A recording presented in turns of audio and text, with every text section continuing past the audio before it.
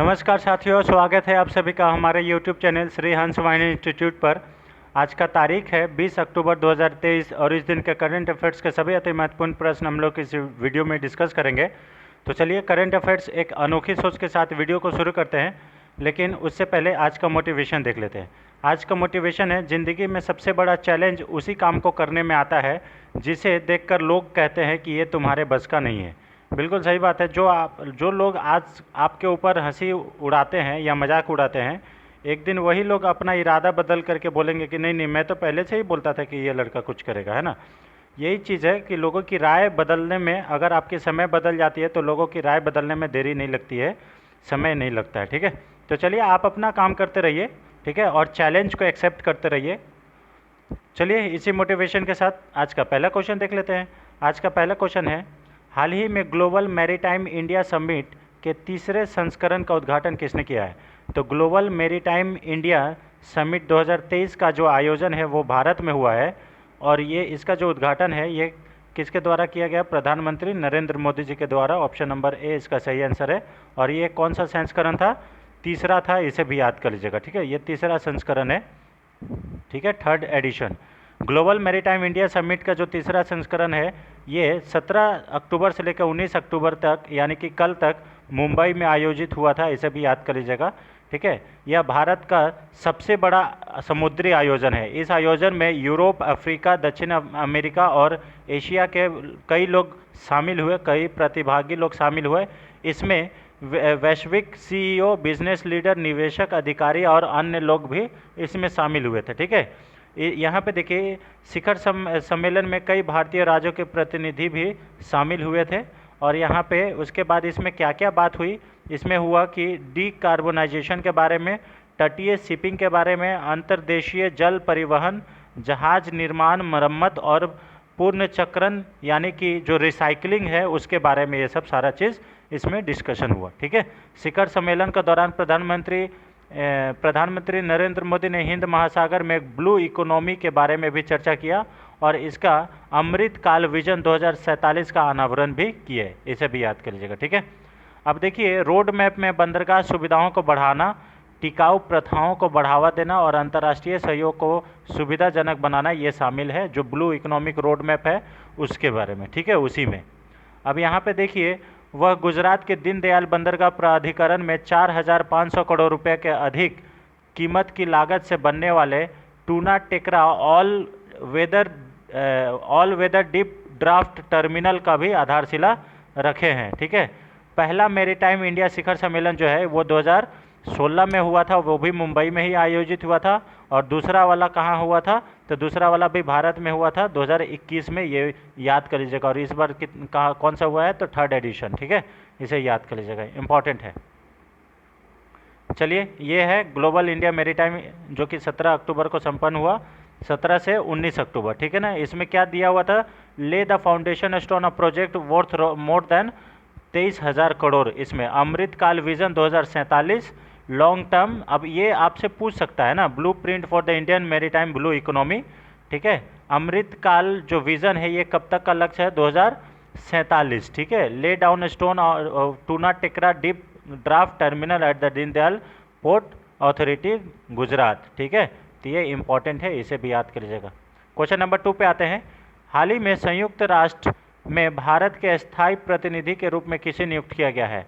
तो यूएन में परमानेंट में, मतलब परमानेंट रिप्रेजेंटेटिव के रूप में कौन अभी अपॉइंट हुए हैं?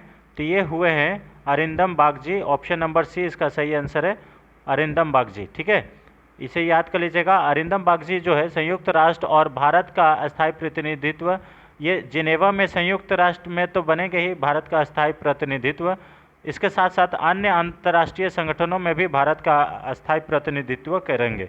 ठीक है, वह जो है ये यानी कि अरिंदम बागची मणि पांडे की जगह पे लेंगे, इंद्र मणि पांडे का जगह पे लेंगे, जो कि अभी भारत आने के लिए इंतजार करे। वो वर्तमान में विदेश मंत्रालय में अतिरिक्त सचिव के रूप में कार्यरत है। 1995 बैच के ये भारतीय विदेश सेवा यानी कि IFS अधिकारी हैं। मार्च 2021 में विदेश मंत्रालय ने इन्हें प्रवक्ता बनाया था, अरिंदम बागची जी को। ठीक है, उन्होंने क्रोएशिया में राजदूत और श्रीलंका में उच्चायुक्त के रूप में भी कार्य किया है, ये भी याद कर लीजिएगा। ठीक है, इंपॉर्टेंट है। तो अरिंदम बागची हैं, ये है अरिंदम बागची, ये अभी परमानेंट रिप्रेजेंटेटिव इन यूएन बने हैं भारत का, ठीक है, इंपॉर्टेंट है। चलिए क्वेश्चन नंबर 3 पे आते हैं, ये भी बहुत इंपॉर्टेंट क्वेश्चन है। हाल ही में किस केंद्रीय मंत्री ने दिल्ली में भारत STEM शिखर सम्मेलन 2023 को संबोधित किया है? तो ये जो किए हैं STEM यानी कि स्टेम शिखर सम्मेलन 2023 को जो संबोधन किए हैं, ये नितिन गडकरी जी के द्वारा किया गया है, जो कि भारत के रोड एंड मतलब हाईवे सड़क परिवहन मंत्री हैं। इसे भी याद किया। ऑप्शन नंबर बी इसका सही आंसर है, ठीक है। हाल ही में केंद्रीय मंत्री नितिन गडकरी ने दिल्ली में इंडिया STEM समिट 2023 को संबोधित किया है।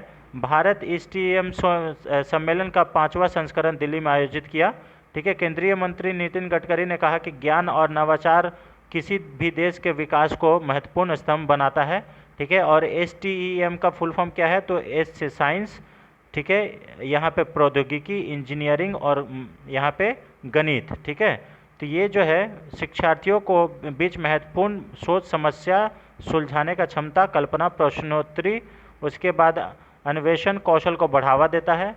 उन्होंने कहा कि ज्ञान और नवाचार को 2 महत्वपूर्ण पहलू हैं जो कि भारत को दुनिया की तीसरी सबसे बड़ी अर्थव्यवस्था बनाने में मदद करेगी, ठीक है। भारत में विज्ञान, प्रौद्योगिकी, इंजीनियरिंग और गणित विषय में स्नातक डिग्री प्राप्त करने वाले छात्रों की संख्या सबसे अधिक है, ये कहा गया। और इसमें लड़कियों की संख्या 57% है और इसके तुलना में 85% लड़कों का भी कैरियर है इसमें, यह भी बताया जा रहा है, ठीक है। ये इंपॉर्टेंट है, इसे याद कर लीजिएगा। अब यहाँ पे देखिए इंग्लिश में देख लीजिए स्टेम का क्या फुल फॉर्म है। तो यहाँ पे है science, technology, engineering and math, ये याद कर लीजिएगा, इंपॉर्टेंट है स्टेम। चलिए क्वेश्चन नंबर 4 पे आते हैं। हाल ही में किस राज्य का महिला थाना पहला ISO सर्टिफाइड, मतलब भारत का पहला महिला थाना जो है वो ISO सर्टिफाइड बना है? ये क्वेश्चन पूछा है। तो अभी भोपाल का जो महिला थाना है वो भारत का पहला महिला थाना है जो ISO सर्टिफाइड बना है। ऑप्शन नंबर बी इसका सही आंसर है, भोपाल, ठीक है। देखिए भोपाल का महिला थाना ISO प्रमाण प्राप्त करने वाला भारत का पहला महिला थाना बन गया है, ठीक है। पिछले 3 साल में भोपाल महिला थाना ने अपने इंफ्रास्ट्रक्चर के ऊपर काम किया है। यह भोपाल का दूसरा ISO सर्टिफाइड पुलिस स्टेशन है। पहला जो पुलिस स्टेशन है वो है मिस रोड थाना, इसे भी याद कर लीजिएगा। लेकिन क्वेश्चन में ये नहीं है कि पहला क्यों है, क्योंकि पहला महिला है ना। और ये जो है ये पुरुष वाला था, मिस रोड थाना को ISO सर्टिफाइड मिला था, ठीक है।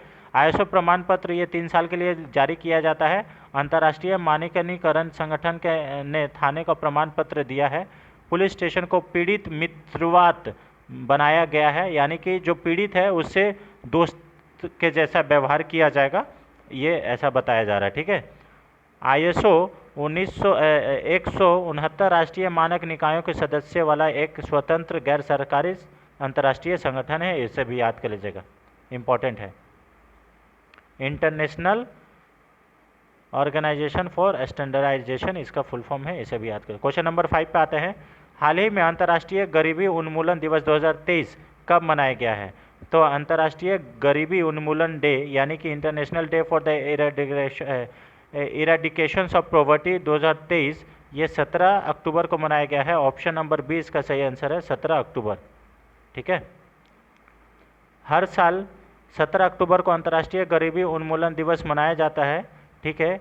इसका जो इस बार का जो थीम है वो क्या है? सभ्य कार्य और सामाजिक सुरक्षा, सभी के लिए व्यवहार में गरिमा लाना, ठीक है। यानी कि आप अपना जो व्यवहार है उसको सभी का इज्जत है ना, उसको बरकरार रखना।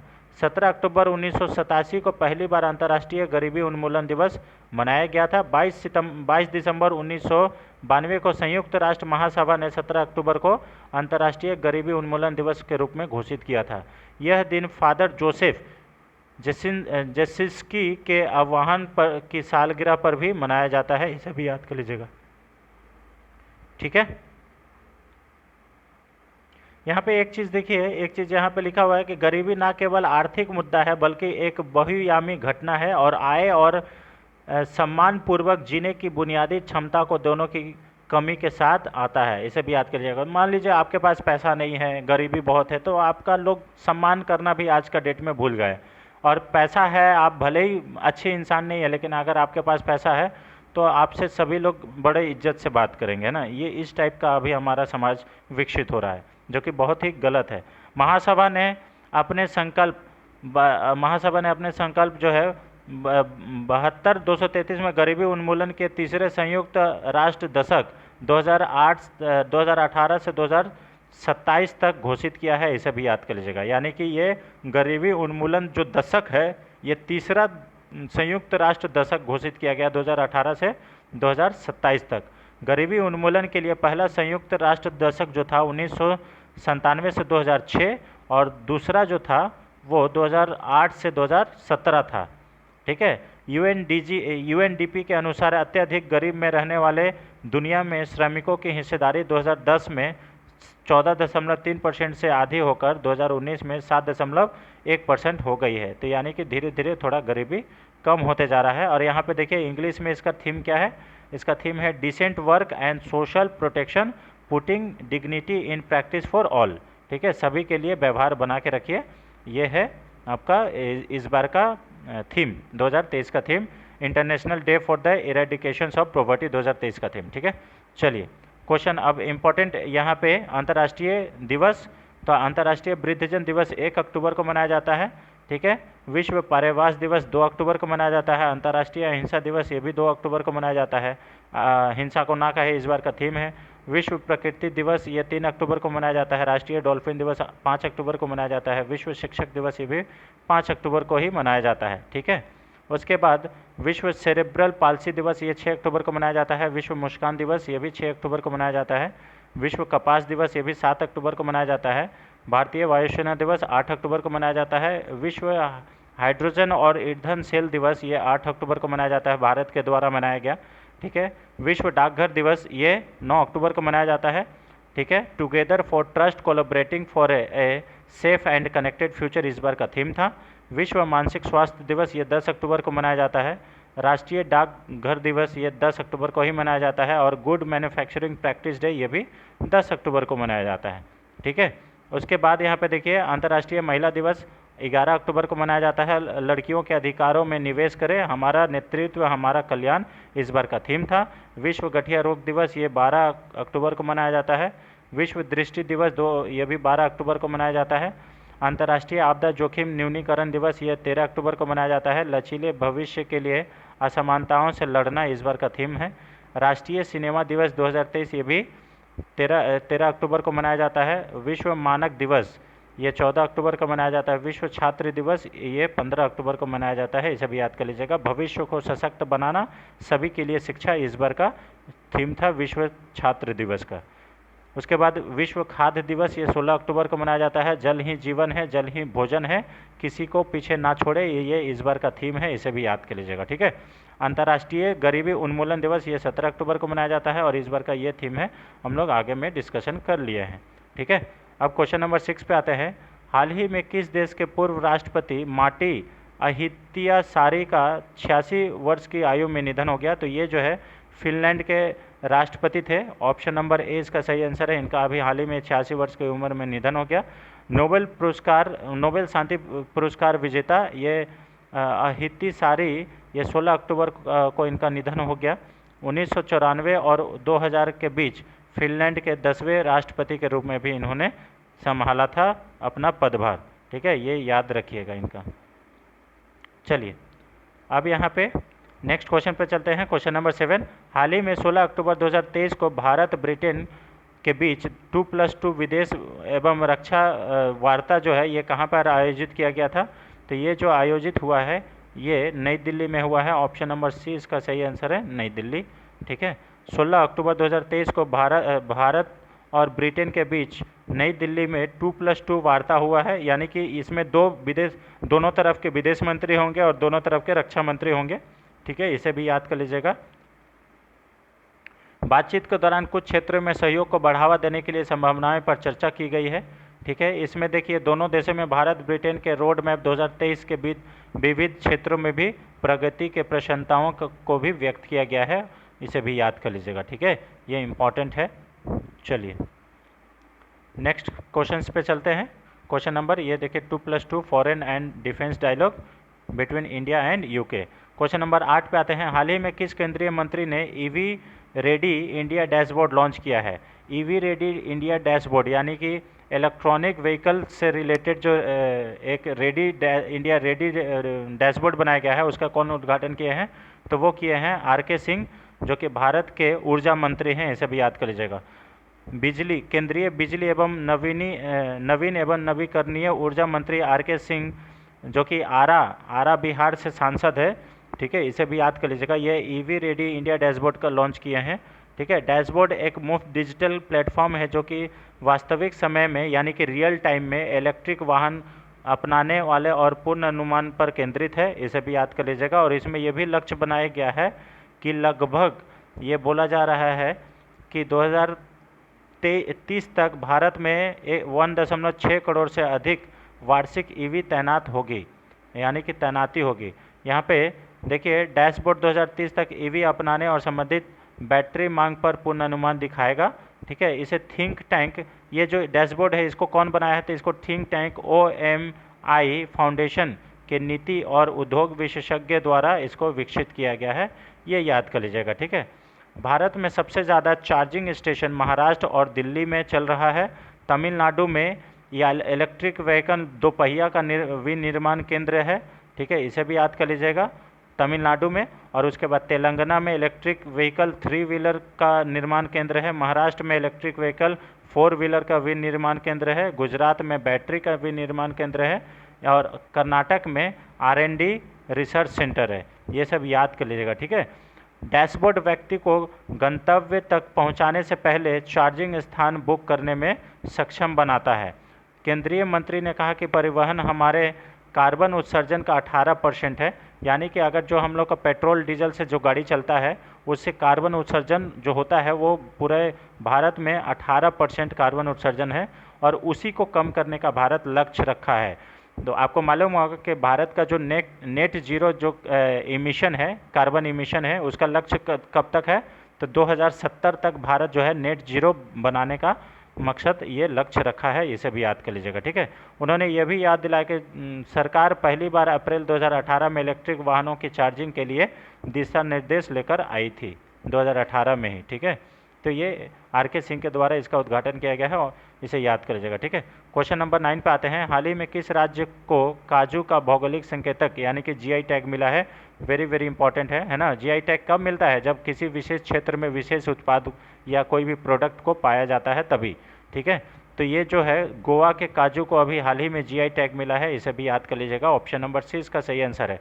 पहला जो GI टैग है वो दार्जिलिंग टी को मिला था, इसे भी याद कर लीजिएगा, दार्जिलिंग टी को, ठीक है। और इसको याद कर लीजिएगा, बहुत सारे जैसे GI टैग है, जर्दालू आम है बिहार में, है ना, शाही लीची है, उसके बाद मिथिला का अभी मखाना जो मिला था उसको भी मिला है, और वहाँ का क्या बोलते हैं मधुबनी पेंटिंग, उसका भी GI टैग मिला है। वेस्ट बंगाल में आते हैं तो वहाँ के रसगुल्ला को GI टैग मिला है, उड़ीसा के भी रसगुल्ला को GI टैग मिला है, ठीक है। बहुत सारे GI टैग से रिलेटेड हम लोग इसमें क्वेश्चंस को डिस्कस किए थे, तो गोवा इसका सही आंसर है, ठीक है। गोवा के काजू को भौगोलिक संकेतक GI टैग मिला है, और GI टैग हर एक 10 वर्ष के लिए ही मिलता है, इसे भी याद कर लीजिएगा, फिर बाद में इसको रिन्यू कराना पड़ता है, ठीक है। ये सब इम्पॉर्टेंट है। 2004 में पहली बार दार्जिलिंग के चाय को GI टैग मिला था, ये भी याद कर लीजिएगा। और किसी विशेष क्षेत्र में पाया जाने वाला ये विशेष उत्पाद है, ये भी याद कर लीजिएगा। यहाँ देखिए काजू का उत्पाद जो लैटिन अमेरिका में पूर्वोत्तर ब्राज़ील से हुई थी, ये भारत में पुर्तगालियों के द्वारा गोवा में लाया गया था 1570 ईस्वी में, इसे भी याद 16वीं शताब्दी में 1570 ईस्वी में पुर्तगालियों के द्वारा गोवा में पहली बार काजू लाया गया था, ये भी याद कर लीजिएगा, ठीक है, इम्पॉर्टेंट है। चलिए क्वेश्चन नंबर 10 पे आते हैं फ्रेंड्स। हाल ही में 5 दिवसीय तकनीकी महाकुंभ गिटेक्स ग्लोबल 2023 का आयोजन जो है ये कहाँ हुआ? तो तकनीकी यानी कि GITEX global 2023 5 day tech extravaganza begins at where. तो ये जो महाकुंभ गिटेक्स ग्लोबल 2023 का जो आयोजन है ये दुबई में किया गया। ऑप्शन नंबर ए इसका सही आंसर है, दुबई, ठीक है। अब यहाँ पे देखिए ये 5 दिवसीय गिटेक्स जो है ये दुबई में आयोजित हुआ है। वार्षिक संयुक्त अरब अमीरात प्रौद्योगिकी महोत्सव गिटेक्स ग्लोबल का 43वां संस्करण ये 16 से 20 अक्टूबर तक आयोजित किया जा रहा है, यानी कि ये आज तक ही है, आज ख़त्म हो जाएगा, इसे भी याद कर लीजिएगा। लेकिन ये जो ग्लोबल गिटेक्स ग्लोबल 2023 जो समिट हुआ, मतलब ये जो आयोजन हुआ महोत्सव, इसमें सबसे ज़्यादा फेमस मतलब सबसे ज़्यादा जो फोकस चीज़ है वो है आर्टिफिशियल इंटेलिजेंस, इस पे ज़्यादा फोकस किया गया है। ठीक है, यह सबसे पुरानी प्रदर्शनी में से एक है जिसका शुरुआत 1981 में हुआ था, इसे भी याद कर लीजिएगा। ठीक है, आयोजन में 250 से अधिक सरकारी संस्थाएं भी भाग ले रही है। ठीक है, कार्यक्रम का जो मुख्य फोकस बिंदु था वो है आर्टिफिशियल युग, गहन विषय और एआई प्रौद्योगिकी की नैतिक सुरक्षा और नवीन उद्योगों की खोज करना। ठीक है, गिटेक्स ग्लोबल 2023 में नेस्कॉम द्वारा इंडिया पवेलियन प्रस्तुत किया गया।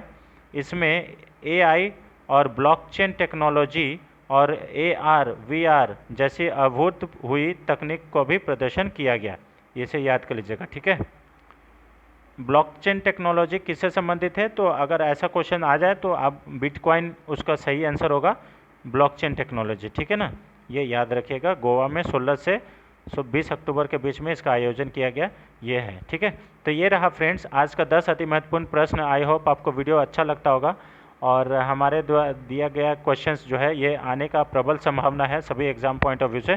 तो चलिए आप वीडियो पर बने रहिए, ऐसे ही लास्ट तक देखते रहिए, और चैनल पर नए हैं तो चैनल को ज़रूर सब्सक्राइब कर ले ताकि हमारा भी मोटिवेशन बना रहे और अन्य लोगों के साथ शेयर करें। ठीक है, तो चलते मिलते हैं नेक्स्ट वीडियो में, तब तक के लिए जय हिंद, जय Bharat, thank you so much.